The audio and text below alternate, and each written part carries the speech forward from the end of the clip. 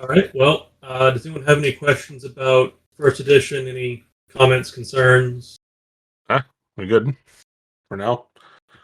Well, Mason is actually brand new. He just learned about Shattered today, so I mean, if we want to kind of dive into what the game is and start from there, I think that's a good place to start. Sure, man. Go for it. Don't mind if I do. So Shattered is tabletop RPG. So think D&D, Dungeons and Dragons. But it's our own unique setting, our own unique rule system. We still use dice, but we call it the MDS, the multi-dice system. It's a scaling die pool. Basically, all that means is at the lowest rating that you can have, you start at a D4, and when you improve it, it becomes a D6, then a D8, and then a D10. At that point, if you improve any further, you get to keep that D10 and add a second die that starts at 4. And it works that way again until you hit 2D10, and then it goes all the way up to 5D10. We did this because we feel like it does a better job of showing personal progress in characters, and also still has that element of absolute failure for something that's absolutely beyond your reach. Whereas things like D&D and other systems have that permanent 5% chance with crit rolls, crit fails, that sort of thing. We wanted to move away from that if at all possible. The setting, in my opinion, is where Shattered really shines, though. We describe it as a grimdark fantasy setting. We've got hordes of zombies that circle the continent in this sort of like tidal movement, and we call it the Undead Tide. It's actually the basis of the calendar for the entire world. The world has gone through an apocalypse. We call it the Reckoning, when a cult attempted to summon their dark god Ragnarok, but they failed in the ritual suicide. Ragnarok was not able to cross over, but a lot of the magic from his realm leaked into Fenris, which is what we call the world. Threw everything topsy-turvy. The seas boiled over, continental shifts, the whole 9 yards. Everything is just in ruins. And what was essentially the apex of human society was obliterated overnight, essentially. That also ended up leading to very significant mutations, which is how we get our races. Well, most of them, which I'll get into. So we have humans, as your least mutated group. A lot of their traits are based around adaptability and insurmountable passion, I guess I'll say. Their desire to simply accomplish things at any cost. The next would be the Ellipse. The Ellipse are the descendants of the cult that tried to summon Ragnarok. They have been impressed upon by him with his essentially vision. So they're very easy to recognize. They're very reptilian in appearance, and in order to hide from everyone else's ire, because they're known to be the descendants of the ones that ruled everything, they've developed a psychic mask that they use to disguise themselves as humans or other races. I think next in alphabetical order is the drones. The drones were a subset of humanity, transhumans, who believed that by transcending beyond just mere human flesh and becoming partially or fully robotic or digital, that they could essentially become immortal and, conquer the known universe. That served them really well in surviving the reckoning. And so the drones are those people who have fully crossed over into the robotic and or digital realm. I think that leads us to Florvana. Florvana were actually a Kickstarter race suggested by someone who gave us a very generous donation to the campaign. The Florvana are a species of fungal colonies that have attained sentience thanks to magic. They grew up in one of the few sources of pure water on Fenris. They're the youngest race to join society, and they're still kind of trying to find their place. But they're definitely easily identified by their general pacifism and general disdain for the abuses of nature that they see happening around them. I think that takes me all the way to Rekindled. The Rekindled are not a specific race per se, but they are actually the reincarnations of the dead. People who, through sheer willpower and some help of magic, have essentially assembled parts or all of themselves back together for a second chance at life. A lot of them have forgotten who they were and kind of make it their personal quest to go out and find who they were. And others kind of use it as a chance to start over fresh, no strings attached, and carve a new path. The Shades are next. The Shades, in hindsight, are actually a lot like the Drow from Dungeons and Dragons, if you know Drizzt and all that stuff. That should be very familiar. They're a matriarchal tribal society. They are infamous for being latent telepaths, mute, so telepathy is their sole form of communication, or I should say primary form of communication, not soul. And they're also infamous for actually being dragon hunters. There aren't really any, or I shouldn't say many, dragons left. They're essentially a legend to the overwhelming majority of Fenris, but that's kind of how they establish themselves as a fearsome race to the others. think that just leaves me with the wretched and the vampires. The wretched are the subset of humanity that was most heavily mutated, and in some ways for the better. That became a very hardy race that values strength and tradition over almost anything else. And so you'll see them oftentimes in roving nomadic groups, proving their strength, establishing themselves, claiming territory. Very barbaric, according to some. I guess it just depends on your point of view. Yep, they have an annual meeting every year where they get the bands together and have the weakest among them fight to the death. And then auction them off to the Yep. bidding clan. Yep. Yeah, no, they're fun. I think that just leaves us with the vampires. Tex, do you want to take over vampires and another your baby? So vampires are essentially another mildly mutated, heavily mutated race. They were the rich of the previous world, and they used their wealth and power to escape underground, where they got totally obliterated by basically miasma and toxin. This made them vulnerable to sunlight, and so the only way for them to basically go outside their caves is to kill one another and use the dead person's flesh as tanned hide. They live in a very, I guess we call it, they live in covens now, which are basically gangs.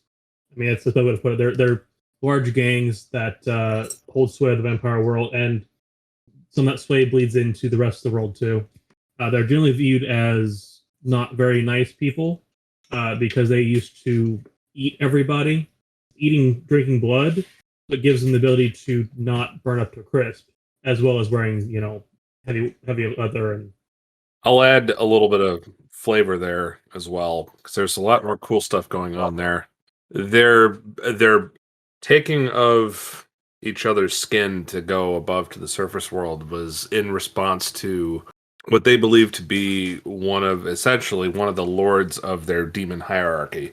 They don't have any gods, they just have demons and tormentors, and one of them is essentially the lord of the world above and the miasma, and is the reason, culturally, it's the reason why the vampires have to deal with their acidic blood that burns them alive from the inside out if they get exposed to too much UV radiation. So they're a little bit different. It's not like they'll literally go crispy if they're above ground, but it's like their blood will eat its way out of them if they don't consume the blood of others to dilute the acid that's constantly building in their bodies. I think that covers the races. A lot of questions. Okay. What do we got? You delve into the dice system advances one more time. So, Tex, are you grabbing the text explanation of that just so we have a record? I will, yes. Okay, cool. So I'll handle the audio version, I guess. The dice system advances by gathering the sum of a stat and a skill. So skills in Shattered First Edition work very similar to how they might in D&D or Pathfinder.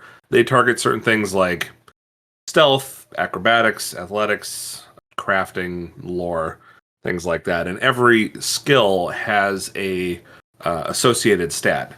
So in the case of we'll say melee combat, if you're using your melee skill, that's tied to your strength. And so you take the sum of your ranks in strength and the sum of your ranks in melee, combine them together to determine what die you roll. And that combination is what we call a rating. So your ratings start off at a 1 rating, you roll a 1d4.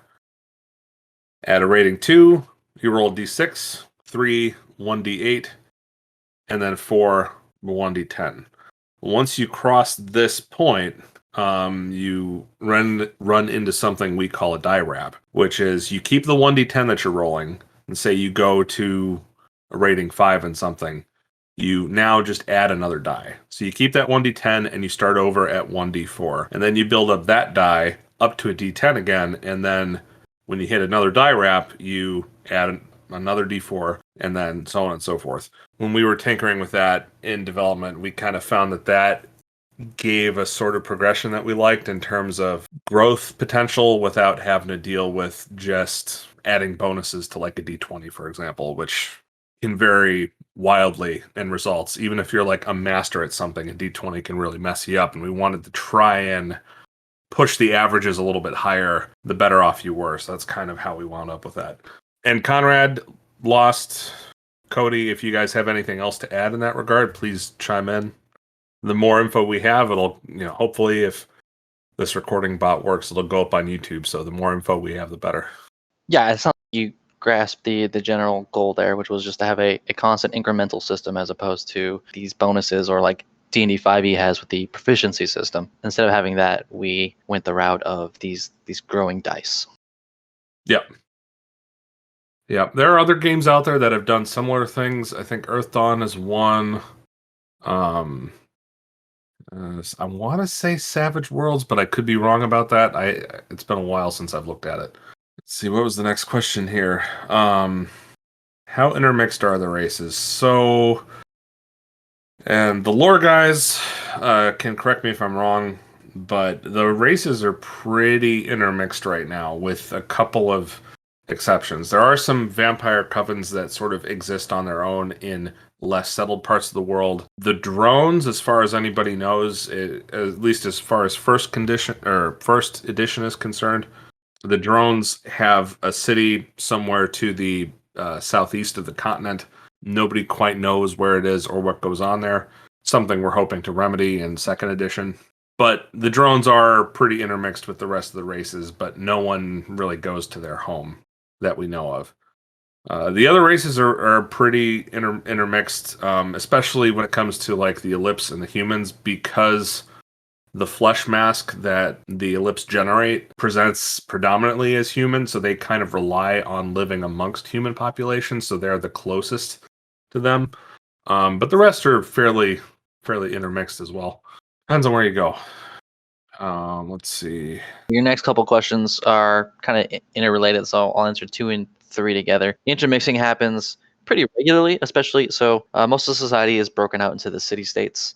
So our main ones are Pulse, which is renowned basically for being this hyper military industrial complex. It's ruled by a council of what everyone believes to be all humans. There's actually in the lore, there's one of them is an ellipse, but I digress. Pulse's permanent rival is Lannis. It's the city that's renowned for the guilds and masterwork craftsmanship and this constant kind of like internal struggle for power as all these guilds kind of vie for political control. You have Lokeren, which is one of the last few bastions of pure water, and so it maintains its independence sheerly by having that source of pure water that everyone relies on, because water is a very scarce commodity in Fenris. And then you have way to the north, you have Neroth, which is established in the basically the edge of this massive wood of trees that can grow hundreds, I think even potentially thousands of feet. Double check me on the lore, guys. But they're these massive, broad, like takes 20 people to hug a tree sort of thing. These things are massive, to the point where people live actually in like the trunks of some of the dead trees because they're just so large you can just carve a house straight out of them. So the intermixing is fairly common in the city-states, but racism is a fairly prevalent feature in our game. It's something that we wanted to confront and maintain as a I guess a theme, without necessarily setting up too many expectations, allowing players to kind of naturally try and explore this avenue of interpersonal conflict. Yep. And I mean, to that end, the human race has a trait that basically like kind of defaults them into a tribalistic sort of racist behavior. Just because, if you look at our history, we tend to do that. So and I don't know if it's actually mentioned anywhere officially, but we had kind of written it all from a very human perspective, and to the extent that all of the race names are the names that humans have given them, they're not actually necessarily what they call themselves. So that was definitely an angle that we were writing from. I just looked up the trees you were talking about, the Irminsul trees up in Neroth. Go to a height of about 1,000 feet and a circumference of approximately 300 feet, according to the core book. Yeah, so more than 20 people to hug a tree. Never mind. Massive things that put, the redwoods we know here in the U.S. to shame. So dragons are not, I wouldn't say necessarily evil. They're just these terrifying forces of nature. We don't talk a whole lot about the dragons in the book, partially because we kind of want to maintain that mysterious, ominous air whenever someone mentions a dragon. But for us, they are essentially gods in terms of stats and skills. They are. We haven't even put one in the book. We have one in the book, and it's supposed to be a baby dragon, and the baby dragon is considered like near end game content. Like most of you have been maxing out your main stats and skills, sort of thing. So yeah, it's not something we want to take lightly, but they're not. I wouldn't say necessarily evil or considered evil. They're just they're terrifying, and so anyone who could say, even as a group of people, that they took down a dragon, that's impressive. And most people kind of have difficulty believing that, just because they're like, yeah, we kill dragons. To add to that too, because I see evil come up a lot, or at least one other time in some of your questions there. We don't really make a delineation between good and evil necessarily. We don't have a morality alignment system or anything like that. We just, say that people do things, and some of them may be objectively terrible to you or another group of people, but to them, maybe it makes perfect sense.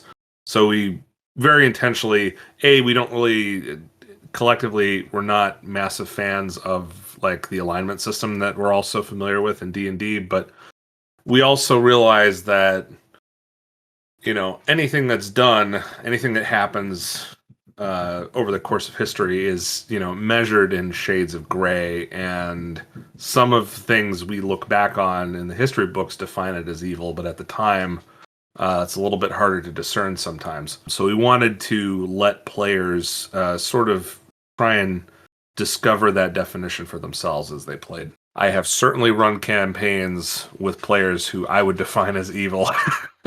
It happens. Those are some of the best campaigns. But we tried to avoid defining stuff like that, just to leave that up to the players and the GM. So that kind of also tackles part of number 5. And we tackled the other part of number 5.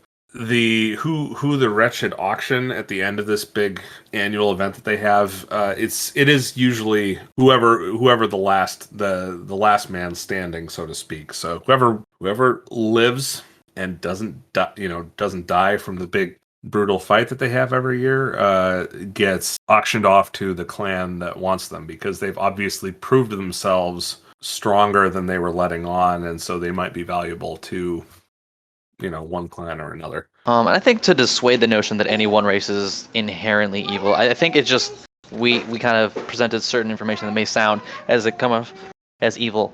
Slavery is not exclusive to the wretched. Pulse is actually a great example. We said it was the military-industrial complex. It's so much more than that, though. I mean, like I said, it's led by essentially an almost purely human hierarchy. There's not a whole lot of upward mobility for a lot of the other races. Oh, what else? Pulse, takes some of their prisoners and experiments on them to turn them into creatures of war, which would certainly be considered evil in most contexts. I'm trying to think of some other good examples, because there's plenty. Everybody does bad stuff. Is the easiest way I can simplify that. What was next there? Number 6. Can vampires consume blood energy from all races? All races except Florvana and drones. Yeah. Florvana because they're fungi, they don't have blood, and then drones because they don't have blood. Though technically you can consume blood from drones, air quotes, if they have a flesh graft. Yeah, there are certain drones that have aimed for a more android approach, part biological, part mechanical, and so yeah, those could be feasted upon, but it's not really that effective. So and to go on with the rest of that question there. So one of the things, especially with vampires and anything that has an existing pop culture understanding, we did try to sort of give them our own spin on it. They do have their own look that certainly plays off of some of the pop culture understanding of vampires. And I know Tex is a huge fan of them in pop culture. Speaking for myself, I'm a huge fan of like the Anne Rice vampires. Not as much stuff past that, but so the pop culture certainly played into some of how they worked, but like, trying to tweak why they need to drink blood, for example, to distribute the or to dilute the acid that's building in their bloodstream. It was not something that's any sort of justification in any pop culture vampire I've ever heard of, and so we were trying to use that as a way to sort of fit them in the world. And again, like, they don't, as a race, they don't call themselves vampires. That's just what humans call them. So they're supposed to be a little bit different. But at the same time, we want to pay homage to something that we, really enjoyed. So that's why they have covens and things like that. But we tried to look at all of the explanations and not just say, oh, hey, they're in covens because the pop culture ones always have covens. No, we tried to make sure that there was some sort of justification for a lot of the vampiric sort of iconic traits that we're all used to them having. And the art, there's some discussion between Tex and some of the other guys, but the art shows the vampires having jaws that split open, kind of like the Predator. So we had a little bit of a different angle in terms of their appearance as well. I guess close would be like Blade 2 vampires. The Russian vampires, their jaw unhinges at the bottom. And it's referenced in Blade 3, the Pomeranian has the same jaws. With a little bit of anglerfish. Yeah. So on to the question 7 there. You keep coming up with them. These are good. We haven't really delved into half-breeds of any particular sort yet. It's something that has been talked about. I know Tex and I specifically have jotted down all kinds of ideas, and we've had ideas, thrown them out, come up with new ones, thrown those out. It's something that we'd like to do, but as far as second edition is concerned, like, unless we can make sure it's right, we're not going to put it in. Like, we want to make sure that we're not just shoehorning something in because we simply want it to be there. It needs to fit. But it's something we really want to be able to accommodate. So on to number 8 there, kind of ties back to some of the earlier questions. Generally, yes, I don't know if we've actually explicitly written down how, immigration and migration works around the continent and, between the cities. But generally, there's a lot of trade that's going on between each of the cities because they all bring something different to the table. And, like, we need wood and lumber from Neroth up in the north. But if you want to build an airship, you need machines, and you get those from the forges and Pulse. So you have a lot of these things working together. So there's a lot of exchange of people and ideas and culture and things like that. And in some senses, I don't recall if we wrote it in the text anywhere, but we had always kind of envisioned this as, you stepping into the world of Fenris, right, as they're entering into sort of a new industrial revolution and a sort of golden age of technology and discovery and advancement. So I'd say it's pretty open, unless there's like war going on, and then maybe not. And I think a lot of the answer to this question hinges on the tech level. Majority of the advanced technology that they use is remnants of the old world. What happened, what existed prior to the Reckoning. Pulse as an entire city, actually, a lot of its machinations are just things that happen to survive the Reckoning. There's an entire old world city that's actually buried under the earth, Sylvan Hollow. And they continue to subsist almost entirely off a machine that is capable of taking any basically carbon-based material and turning into, an edible goo. It's not the greatest thing in the world, but that's what spice is for. So, a lot of that, the question, I guess, like I said, depends on the technology. It's somewhere between feudal and Victorian for most of it, but then obviously you have some of these hyper-advanced pieces of equipment that essentially are the foundations of a lot of these city-states. Each one essentially made it by on the shoulders of giants, if you will. So like I said, Pulse is based on all those machinations that survive. Sylvan Hollow is just got lucky and the city continues to survive underground. Lannis was built around a spaceship that was attempting to escape and just didn't make it out of orbit. Lokren's one of the few exceptions. The whole reason it exists is because fresh water. And Neroth was the first attempt to try and colonize a new location and continues to survive, much like Lokren, simply due to an abundance of resources. In this case, those really strong, sturdy trees.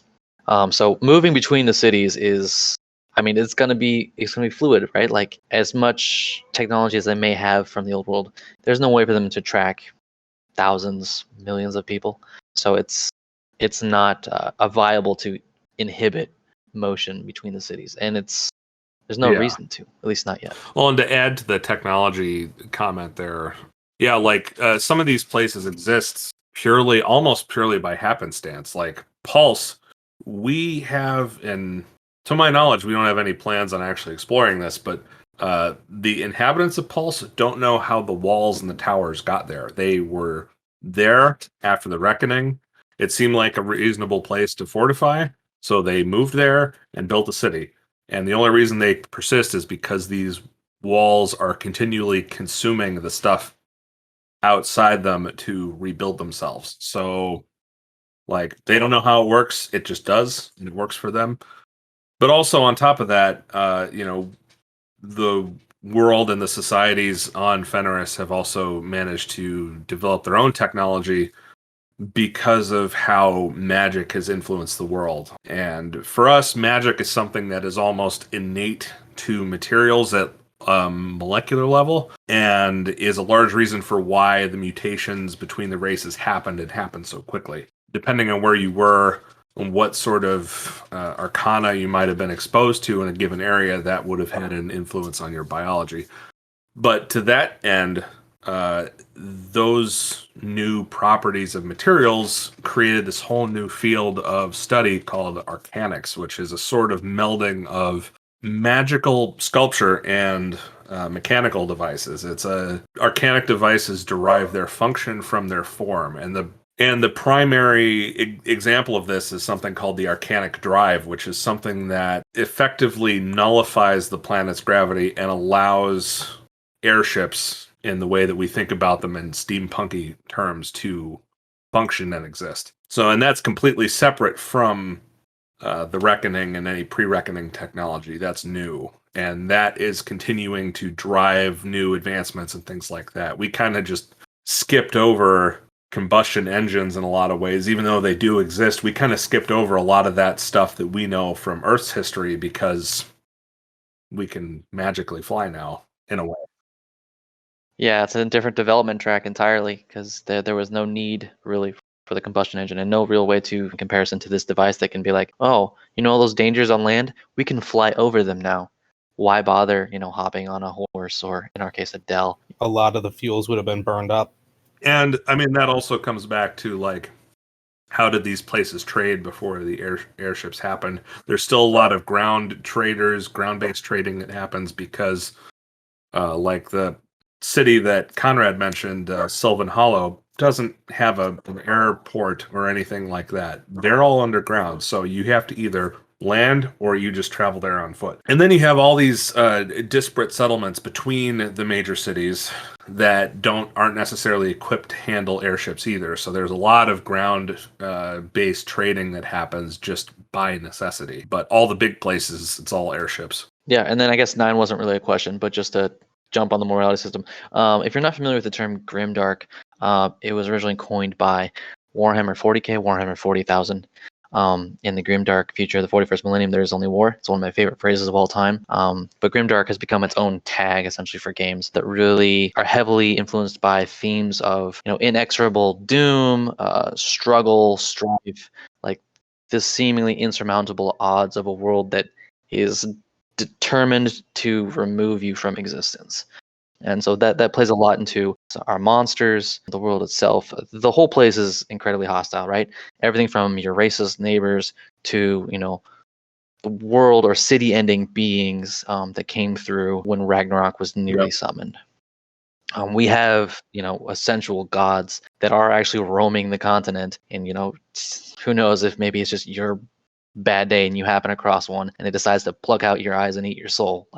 So yeah, morality is there, but we throw in its face this world that is unapologetically awful and hostile, and force you to make really hard decisions if you want to remain what most people would consider a good and kind and just person. Because there's 5 million reasons not to be. Number one being just surviving. Kind of like Australia. Everything's evolved to kill you. But no, in all seriousness, that was really kind of the angle in developing the world we want.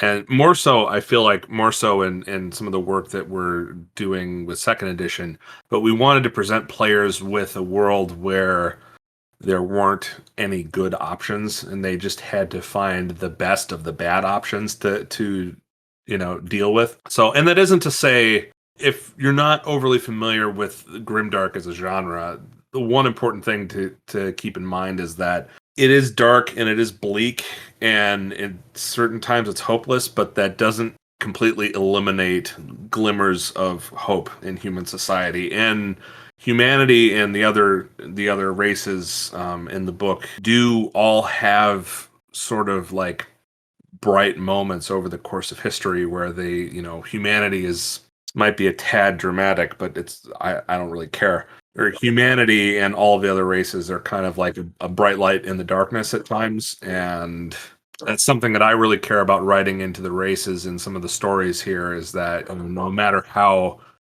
bad it gets, humanity always seems to cling to that one last thread and pull itself up and rebuild itself. So number 10, this is for everybody. What are your favorite races? This is a really hard one because I really like most of our races, all of our races. I think I have to go with Shades, just because they're in a very unique position culturally. They don't speak. They're purely telepathic. They don't look like most of the other races. They don't behave like most of the other races. They have their own culture that's been developing for hundreds or thousands of years, detached from this communal city-state culture, if you will.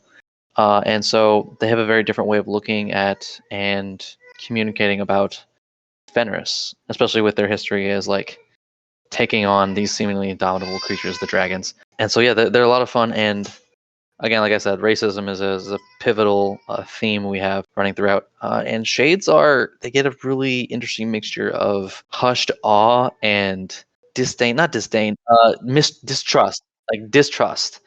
Because they don't speak and because they're known to be telepaths, in which many people, misconstrue as being mind readers. Not all of them are mind readers necessarily. And so there's just this idea that they're like these mysterious, aloof outsiders, not edgelords, although I'm sure plenty of people will play them that way, but just this unsettling, like, quiet that follows them wherever they go, because 99.9% of them just cannot speak, and that's unsettling to people when you can't just have a conversation. Hey, how are you doing? And the voice responds to you in your head, I'm okay. Yeah. Like, throws people off their game, and I think a good GM can really play that too. Oh, and then the other thing to add to them real quick, we've all seen instances where people might distrust people of other cultures or from other countries who speak different languages and don't speak the common language.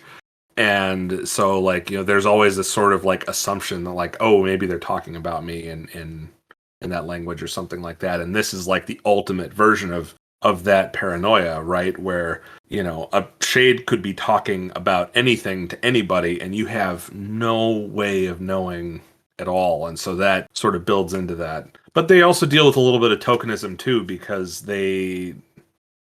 their reputation as dragon hunters, they frequently get recruited onto airships just in case one should show up. So there's a little bit of everything with them. I really don't have much of a favorite race. I actually have bounced around with everybody at this point. I'm a little fond of drones because of customization and flamethrower arms. Who doesn't love flamethrower arms? Yeah. Elon Musk recommends flamethrower I mean, hold my child's hand. I'm also big magic guy, so I like the rekindled. I like having tragic backstory thing. Not necessarily edgelord style, but you just died and came back because anger or whatever. And that's always a nice one for me. It just kind of comes down to what kind of mood I'm in for what race I like the best or what I want to play. Fair. I think my favorite is the Wretched. And I only say that I'm kind of with Lost that I like all of them for different reasons. And I mean, we all had involvement in writing them, but I wrote a lot of the initial ideas for a lot of these races, so they're all very close to me. But I've played the Wretched the most.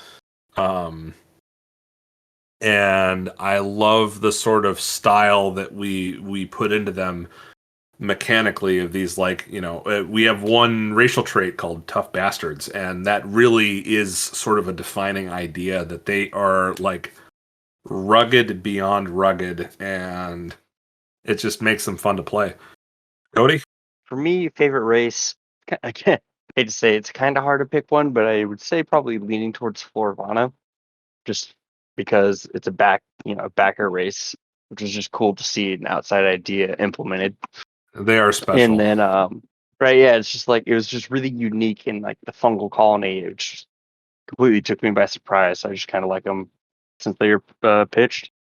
I think we really lucked out with the Florvana too, because in hindsight, we could have opened ourselves up to a really terrible idea that we would have had to fight someone about to make, an interesting racial concept. But we got a great one. We didn't have to make a single change. It was.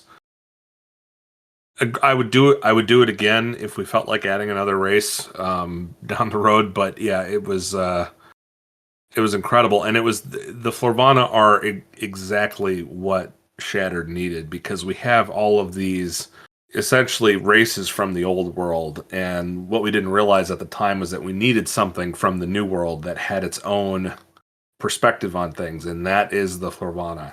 And also just them being fungal colonies, sentient fungal colonies, just sets them completely apart from the rest.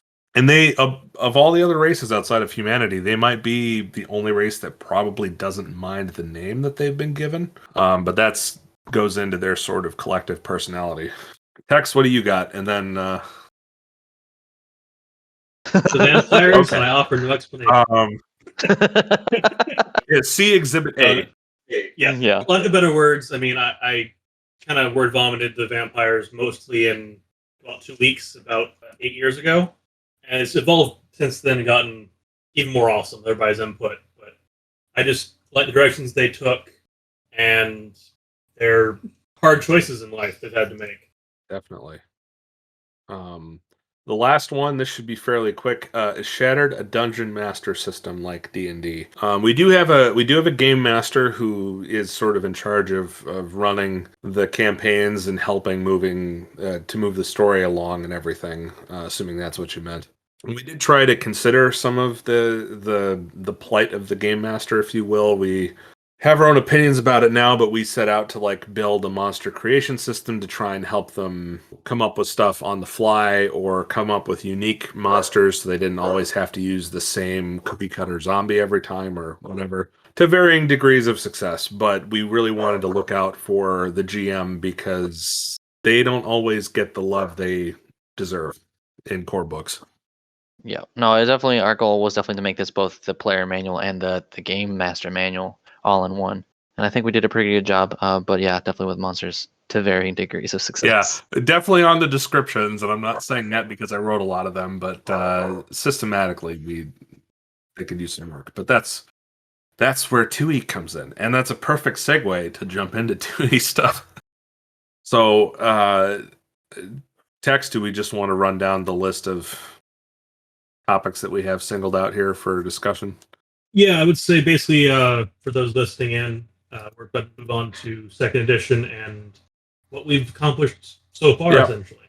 So we've done a lot of tinkering. We kind of let ourselves have this sort of discovery period, as we've called it, where we just look at all the things that we either want to do now, having been like 6 years since we launched the Kickstarter and stuff like that, or things that we didn't get into the first core book that we want to get in now.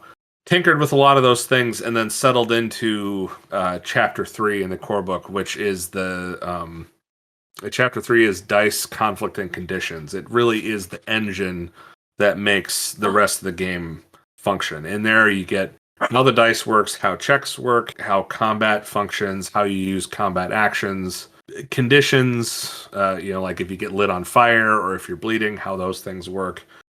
Fear, paranoia, everything else in regards to the condition of a single character or the environment around them is in there. So that's kind of where we targeted to start building.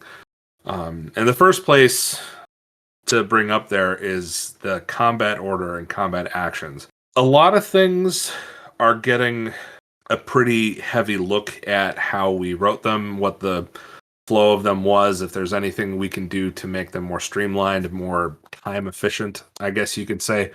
Combat order and actions was not one of those that we felt, at least over the last couple of months, needed a lot of help. But the one area that it did need help in was organization. If you go look in the first edition, we list like, I don't know, what is it, like 15 or 20 combat actions and list all of their action requirements and everything. And it's fine. It's a list, but it's a very long list and there isn't really any structure there. So we took the existing combat actions in first edition and broke them down into simple, basic, intermediate, and advanced actions. And that's going to sound kind of similar to D&D terminology with like free actions and bonus actions and stuff like that. The difference between how we approach it and how other games tend to approach it is that in combat, when it's your turn, you have 5 actions to spend on anything. So like if you want to move, up to your move speed, that's 1 action. If you want to move 5 move actions, you can spend 5 actions to do that. If you want to hit someone with your sword, that's 2 actions. And there's a bunch of other opportunities for different things depending on what the situation is, and they all have their action costs. So you kind of have a little bit of currency every time to adjust situationally based on what's going on. We kind of took a lot of the actions that existed in first edition and dropped them into these categories just to simplify the understanding of what they are. So like move actions, if you want to draw or retrieve a weapon that was knocked out of your hands, if you want to use a potion, those are all simple actions. These are things that are, sort of basic muscle memory kind of things, and all that they require is a little bit of time to perform. So they're simple actions. They only cost 1 action point to perform. Basic actions is where most of the rest of the meat is, and that's things like basic attacks, healing in combat, bull rushing a target, disarming a target, or grappling a target, among a few others. These things all rely on sort of, I guess, from a back-end development standpoint, these are all actions that sort of rely on a lot of different sorts of physical movements and capabilities to perform. So it's not as simple as just like lifting a flask to your mouth and drinking a potion. Hitting someone with a sword requires, timing, precision, balance sometimes, and all sorts of other things. And it's the culmination of those that makes them a little bit more than a simple action. And then intermediate and advanced actions currently only have 1 action apiece in them. Intermediate has the charge action, which really exists in that state because it's a combination of an attack and a movement. So because if you put a attack and a movement together, that's 3 actions to perform. We kind of bundled that together and created charge, and that's gives you a little something extra for doing both together. And then in advanced actions is what we have at the moment is called a focus attack. And this is sort of replacing the power attack and precision strike from first edition, trying to streamline both of those because some of those didn't work quite as well as we wanted to or were a little overpowered.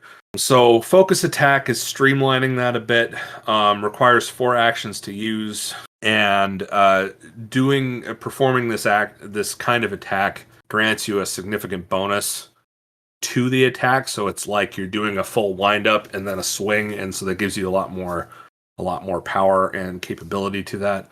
And as we continue to develop, there may be others that fall in line into any of those categories. So that's kind of where we're going with combat. It's just more streamlined, more hopefully structured.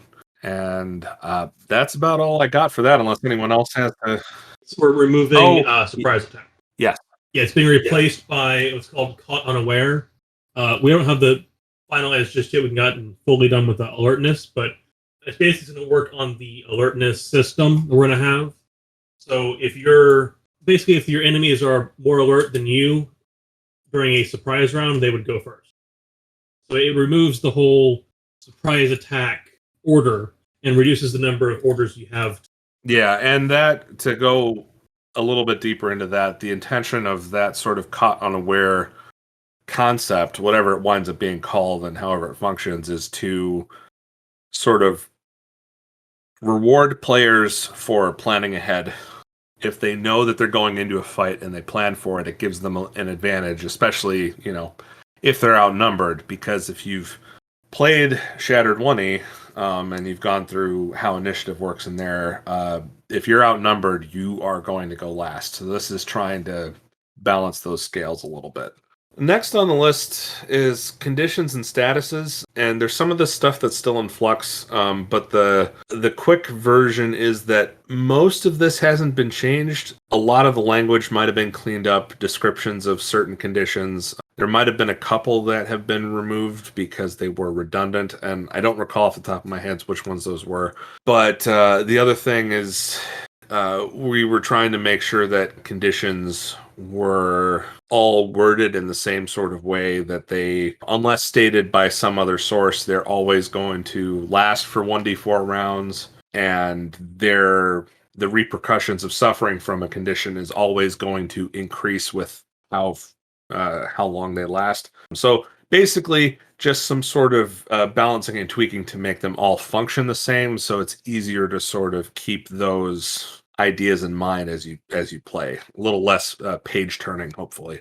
And we've been tinkering with a concept of statuses, and I'm not going to get into those tonight because we recently just had some discussion that might challenge some of the ideas that we had previously. So but we're looking at other ways to give status ailments. But yes, design goals for Craig's sake, trying to streamline the game, make it easier for new players to pick up, reduce the number of digits that players and GMs have to track.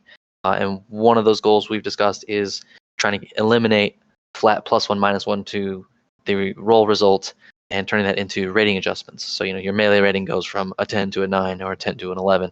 It's a more significant impact, and that way we can hand out fewer bonuses while also making them more valuable. That would make talents more valuable, talents that may adjust your rating and stuff like that. And also makes penalties, from, say, having rough terrain or something like that, be more impactful than just a +1, -1.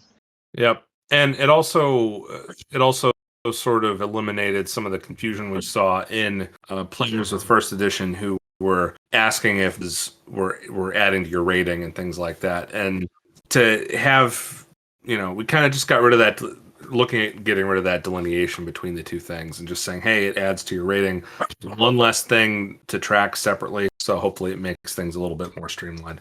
I had left off with environmental hazards and natural hazards, and those are effectively, they're all staying similar. I've rewritten a lot of environmental and natural hazards just to make them simpler and also bring them in line with some of the other stuff that I've mentioned about having it based on exposure to something rather than simply, 1 to 3 checks that you have to make and then the results if you fail.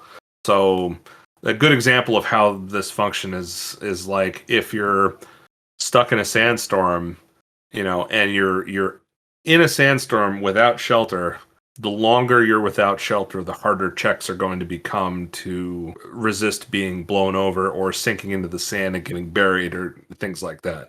So trying to just give things a little bit more logic into how they progress while also giving the opportunity for things to progress into dangerous, actual dangerous conditions and not just, a few checks that are listed. The next major change that we're really looking at is we're looking at new ways to handle health. We're tentatively discussing, but we're pretty confident we're going to increase the number of health pools. We're looking at 1 for physical, so combat, 1 for social encounters, because we want to actually codify a system for social encounters. So we would call that ego. And then we're also, obviously, we would have We currently have fatigue. We're looking at kind of reworking it since the skill resolve exists. We're renaming some things. The health pool for your mental health, if you will, would be called resolve. So obviously that's a pretty significant change that we're looking at. Again, all this is kind of subject to change, but we all really like the idea of having these diversified health pools to really help kind of create a well-rounded character and encourage players to diversify their stats so that they are more capable in more scenarios and they'll have a reason to be, as opposed to just having health. So obviously this is going to have some large ramifications. There's going to be a lot of new actions, obviously with a new social element. This will affect the sizes of these health pools. We're looking at pretty significant health pool reductions overall in the game. This will change the way combat even works. We're looking at some new ways to combine some things, talking about maybe even adjusting how stats and skills work. So there's a lot in flux there right now, but we think overall health, especially in this adjustment to fatigue becoming this resolve system or stress system, kind of working out the details, will really make encounters more interesting because there'll be more ways to tackle an encounter than just beating monsters to death, which is great. We all love beating monsters to death, especially when they're eldritch horrors that want to eat your family. But that's not the only threat in Fenris, and we want to more accurately represent all the threats in Fenris.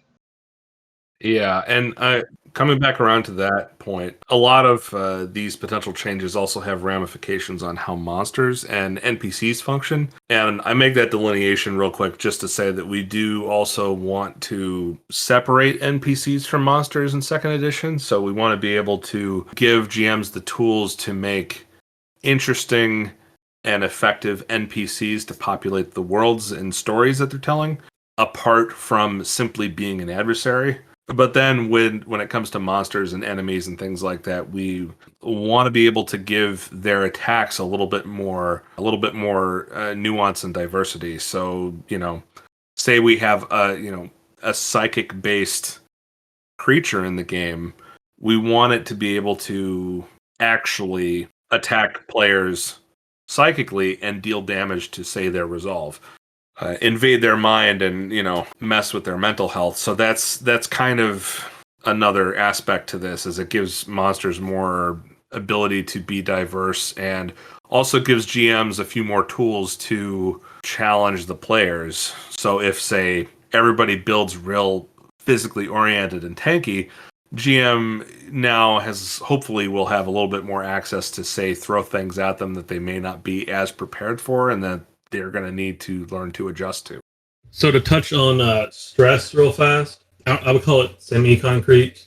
Basically, it's going to be a detriment to your character, kind of like how fatigue was, but it's going to affect all of the health pools. And it's going to be, in theory, pretty impactful to play your game, either by gaining some for whatever reason or how to remove it. I would probably just clarify the wording on that. It's not necessarily going to affect the health pool so much as your capability to function in all three areas, physically, socially, and mentally. Just your defensive roles or whatnot, interactions, yeah. All right, so that leaves, next up it would be addiction.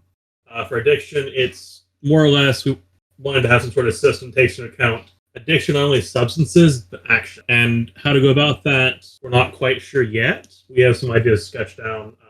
To add to that with addiction, this kind of comes back to a point I made earlier about wanting to sort of players in a position where they have to make difficult choices. We talked about that in terms of the lore, but, we're trying to give them more meaningful choices and impactful choices, but, to make meaningful choices, it also means having to sacrifice something else. So trying to create situations is where you have to accept a trade-off or sacrifice, and that's where addiction kind of might come in.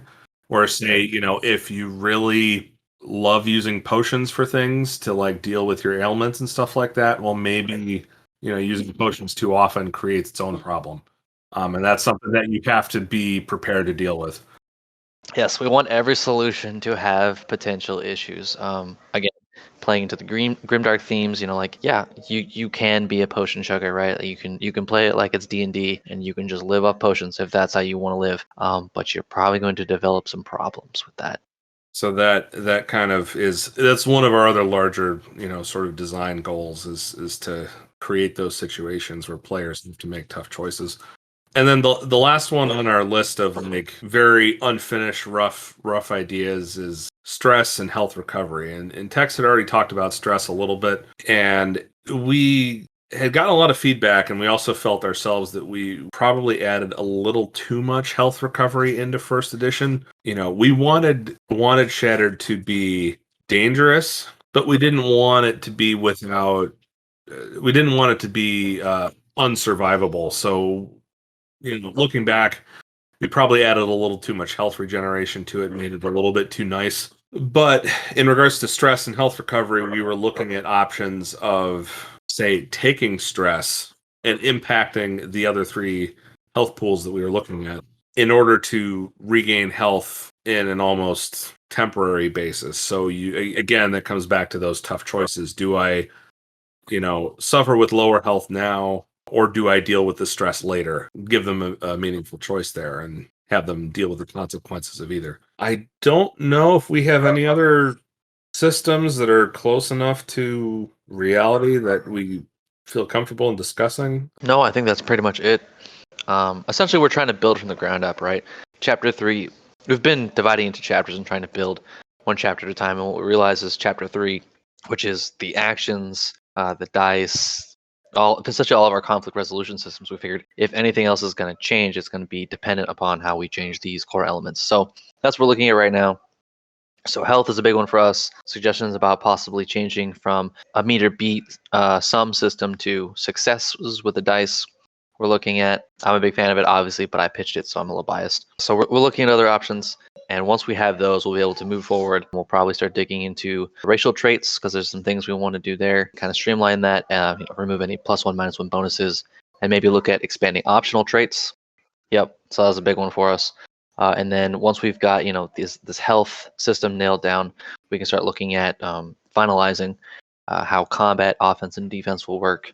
And then we can finally push into the meat and potatoes of talents and archetypes, and really building unique characters and paths for characters to play in. We want to find a way to diversify while still making all those talent choices meaningful, because talents are ultimately what define your character and make their identity. So we want to make sure that moving forward, any options that are redundant or insignificant are tossed out, so we can make room for things that are meaningful, impactful, and fun, right? We want to be fun. We want to have cool characters. That's what a talent should be. Yeah, you want to get a talent and feel like, oh, I get to use this next session. I can't wait. So yeah, we'll be looking at a lot of that. We haven't really touched on the lore of 2E yet, and we haven't done a lot of work there yet. The one thing that we do know is that we want to fill in more of the gaps. We want to advance the timeline, so it's not going to stay where things were in 1E. We're going to, push it up maybe 20, 30, 50 years, add some new developments because maybe there's some new technology that comes into play. We want to hopefully bring in steam armor, and so we need to advance the timeline to allow for that to develop in world. We're also looking at a couple other talent trees. I think we've hinted at some of them before. Yeah, I don't want to give away too much, but we're looking at stuff like shamanism, blood magic has been mentioned. So there's some fun ideas floating around, and it's stuff we've been talking about since before 1E was even finalized. So it's stuff that's it's been knocking around for a while. So expect to see some, if not all, of the things mentioned here today make it into the second edition. Yeah. Well, and the one thing I'll also mention just from a developmental standpoint is we have a sort of goal, an expectation that, hopefully will be roughly done in playtesting within, 2 to 3 years.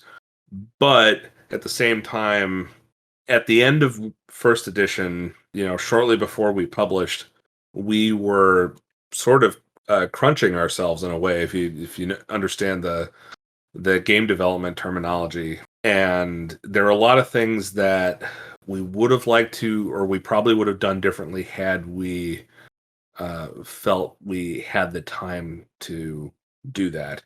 And that's on us because we put ourselves in that position, but we're trying to be more methodical about this and sort of take the approach that it'll be ready when it's ready to a certain extent, or to the extent that, we're not going to rush through things and, ship out a system that's half finished.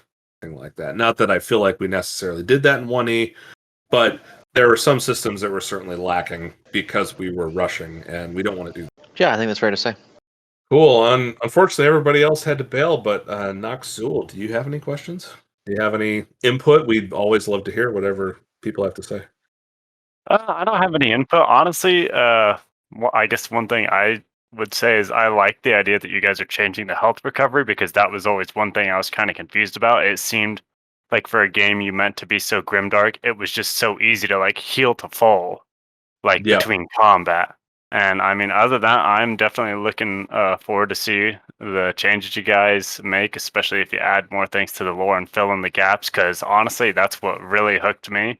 And like you guys said with the races, like I loved that. I had my first character, I had no idea what to make because I was stuck between like 4 races. They're so good. They're so good. It is. One of my friends ended up making 4 different characters and spent like days to choose which one he wanted to play. And then he ended up switching after the first session. That's Oh, amazing. nice. That's So, what I like to hear. Yeah, so like it's been great. I'm like I said, looking forward to it. I've kind of fallen out of it because we've been kind of doing some other stuff for a bit and haven't been in here as much, but I definitely want to get back to this at some point for sure. Yeah, well, we will be, as we get things more solidified, we'll be dropping stuff out, especially, for you guys in sort of the GM group.